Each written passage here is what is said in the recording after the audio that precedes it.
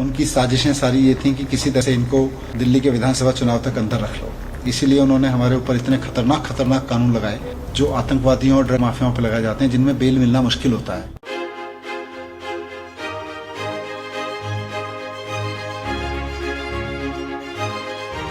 मैं गुरजीत कौर भाटिया फतेह सिंह कॉलोनी ਦੀ ਵਸਨੀਕ ਹਾਂ। ਜਦੋਂ ਦੀ ਭਗਵੰਤ ਮਾਨ ਸਰਕਾਰ ਆਈ ਹੈ ਸਾਡਾ ਬਿੱਲ ਜ਼ੀਰੋ ਆਂਦਾ ਪਿਆ। ਪਹਿਲਾਂ ਬਹੁਤ ਜ਼ਿਆਦਾ ਬਿੱਲ ਆਂਦਾ ਸੀ, ਹੁਣ ਸਾਡੀ ਬਹੁਤ ਜ਼ਿਆਦਾ ਬਚਤ ਹੁੰਦੀ ਪਈ ਹੈ। ਜਿਹੜੇ ਪੈਸੇ ਸਾਨੂੰ ਬਚਤ ਹੁੰਦੇ ਪਈ ਹੈ ਉਹ ਅਸੀਂ ਹਰ ਕਿਤੇ ਇਨਵੈਸਟ ਕਰ ਸਕਦੇ ਹਾਂ। ਮੈਂ ਭਗਵੰਤ ਸਿੰਘ ਮਾਨ ਦੀ ਸਰਕਾਰ ਦਾ ਬਹੁਤ ਧੰਨਵਾਦ ਕਰਦੀ ਹਾਂ। मेरा नाम विमल भट्टी, पिंड भराड़ीवाल, ਅੰਮ੍ਰਿਤਸਰ ਦਾ ਰਹਿਣ ਵਾਲਾ जी। मैं जो उन्होंने बिजली के बिल 600 यूनिट माफ़ की है, जिस कारण सारिਆਂ ਦਾ जीरो बिल आ रहा है। ये फैसले तो सारा पंजाब खुश है। ਅਸੀਂ ਚਾਹੁੰਦੇ ਆ ਵੀ अगले 5 साल भी ਸਾਡੀ ਇਹੋ ਸਰਕਾਰ ਆਵੇ ਤੇ ਬੈਨੀਫਿਟ ਸਦਾ ਚੱਲਦਾ ਰਹੇ। ਜਿਹੜਾ 1000-2000 ਰੁਪਇਆ ਮਹੀਨੇ ਦਾ ਬਚਦਾ ਪਿਆ ਉਹ ਬੱਚਿਆਂ ਦੀ ਸਕੂਲ ਦੀ ਫੀਸ ਦਾ, ਰਾਸ਼ਨ ਜਾਂ ਕਿਸੇ ਵੀ ਕੰਮ 'ਚ ਆਪਣਾ ਇਨਵੈਸਟ ਕਰ ਸਕਦੇ ਹਾਂ ਆਪਾਂ, ਜਿਹੜਾ ਸਿਰਫ ਸਾਡਾ ਪਹਿਲਾਂ ਬਿਜਲੀ ਦੇ ਬਿੱਲ 'ਚ ਜਾਂਦਾ ਸੀ। ਮੈਂ ਮਾਨ ਸਾਹਿਬ ਦਾ ਬਹੁਤ ਧੰਨਵਾਦ ਕਰਦਾ, ਆਮ ਆਦਮੀ ਪਾਰਟੀ ਦਾ। ਇੱਕ ਤਾਂ ਬਿੱਲ ਨਹੀਂ ਖੜਾ ਸੀ, ਕਹਿੰਦਾ ਜੀ ਮੈਨੂੰ ਆਏ ਸੀ ਵੀ 2-3 ਮਹੀਨੇ ਹੀ ਜ਼ੀਰੋ ਕਰਨਗੇ, ਬਾਅਦ 'ਚ ਫੇਰ ਕਹਿੰਦੇ ਨੇ ਉੱਥੇ ਆ ਜਾਂਦਾ। ਕਹਿੰਦਾ ਇਹ ਤਾਂ ਹਟਦੇ ਹੀ ਨਹੀਂ ਆਉਣੋਂ ਜ਼ੀਰੋ ਬਿੱਲ। मैं कहा भी ये तो नहीं आउणगे। कहंदा भी मैं नहीं सोचा सी कदे कि बिजली का बिल जीरो आऊगा। पार्टी में मेरी भूमिका माननीय मुख्यमंत्री अरविंद केजरीवाल जी तय करते हैं। तो अभी पार्टी के लीडर्स के साथ डिस्कस करके मेरी एक भूमिका तय हुई है कि मैं गली गली में लोगों के बीच में जाऊं।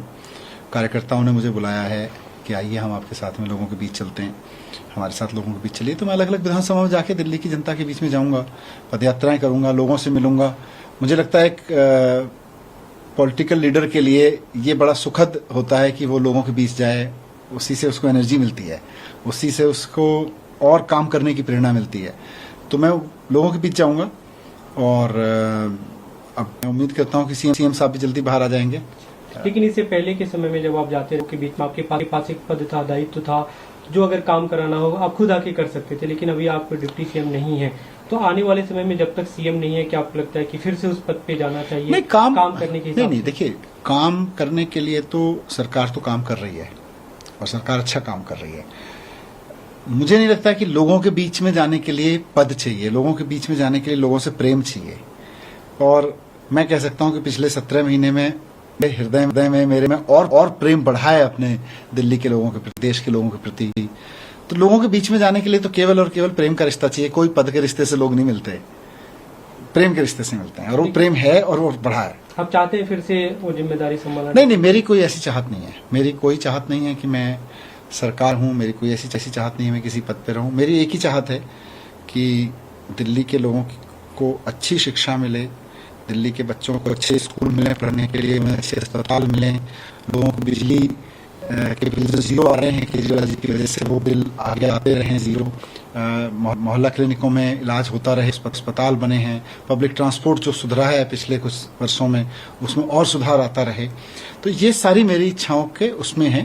इस इच्छा को पूरा करने के लिए चुनाव भी लड़ना जरूरी है, तो मैं चुनाव लड़ूंगा भी, पार्टी को बनाने के लिए जो भूमिका होगी वो भी करूंगा जी। लेकिन गवर्नेंस के इशू पे देखें तो दिल्ली सरकार के काम बीते लंबे समय से कई सारे प्रोजेक्ट अटके पड़े हैं। अभी भी अगर आप लोगों के बीच जा रहे हैं तो ये बिजली पानी स्कूल की बातें कर रहे हैं। आपने जब वित्त मंत्री रहते हुए बजट पेश किया तो उसमें कई सारी ऐसी घोषणाएं थी, कई सारे ऐसे प्रोजेक्ट थे जो अब तक धरातल पे नहीं उतर सके। तो आपको नहीं लगता कि काम वो ठप रहे बीते कुछ दिनों में? नहीं, और उसके आगे करने की जरूरत? वो जितने काम है, देखिए जनता को अच्छे स्कूल चाहिए, अच्छे अस्पताल चाहिए, बिजली महंगी ना हो, बिजली के बिल जीरो आ जाए तो बहुत अच्छा। महिलाएं बसों में जा रही हैं, उनको महिलाओं को टिकट ना लगे, गरीब महिलाएं भी जाती हैं और महिलाओं को बचत होती है। पब्लिक ट्रांसपोर्ट उनको अच्छी मिल रही है। ये लोग हॉस्पिटल में जाते हैं, मोहल्ला क्लिनिक में करोड़ों लोगों को इलाज मिल रहा है अच्छा। तो लोगों के ये काम हो रहे हैं और हम उस दिशा में काम कर रहे हैं, हमारी सरकार उस दिशा में काम कर रही है। बाकी बहुत सारे नए आइडियाज आते रहेंगे, उनमें से कुछ इम्प्लीमेंट होंगे, कुछ किसी और आज किसी कारण से रुके हैं, पहले कोई और किसी कारण से रुके, तो कुछ चीजें रुक जाती हैं। वो जरूरी नहीं है कि इस कारण से रुकी हैं, पहले भी जब नहीं थे, मैं सरकार में भी था, उस वक्त भी हम 100 चीजें सोचते थे करने की, तो 2-4 चीजें ऐसी हो जाती थी जो शुरू नहीं हो पाती थी। जी। अभी सीएम का जेल में रहना, दिल्ली में रहना, और अभी हालांकि आज सुप्रीम कोर्ट ने एक तारीख निर्धारित की है 23 अगस्त को, उस पर सुनवाई, आपको कितनी उम्मीद है कि वो कब तक बाहर आ पाएंगे? देखिए, मुझे तो अपने देश के संविधान पर भरोसा है, और इस संविधान में यह व्यवस्था है कि जब भी कोई तानाशाह सरकार केंद्र में बैठ के तानाशाही के तहत विपक्ष के नेताओं को जेल में डालेगी, उनके ऊपर वो आरोप लगा के जो आतंकवादियों, वैसी धाराएं लगा के जो आतंकवादियों के ऊपर लगाई जाती हैं, ड्रग माफियाओं के ऊपर लगाई जाती हैं, तो उनको संविधान बचाएगा।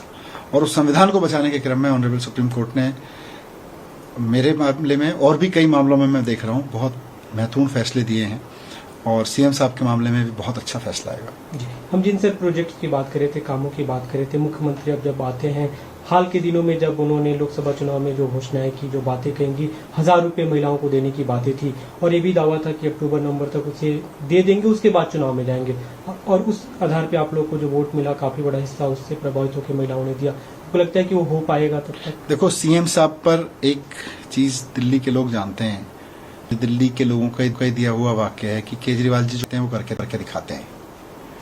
तो केजरीवाल जी ने बहुत सोच समझ के जो कहा है वो करके तो वो दिखाएंगे। अभी वो बाहर आ जाएंगे तो वो उस पर काम करेंगे।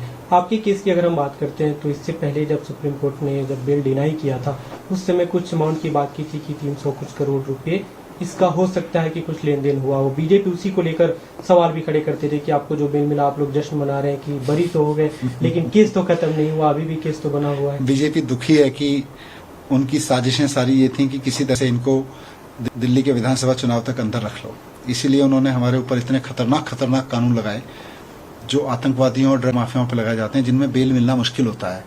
वरना विपक्ष लोगों पे देश के इतिहास में ऐसे कानून लगाए नहीं गए। अब वो विपक्ष के ऊपर, पत्रकारों के ऊपर, व्यापारियों के ऊपर वो कानून लगा रहे हैं, वो धाराएं लगा रहे हैं जो आतंकवादियों और ड्रग माफियाओं पर लगाई जाती हैं।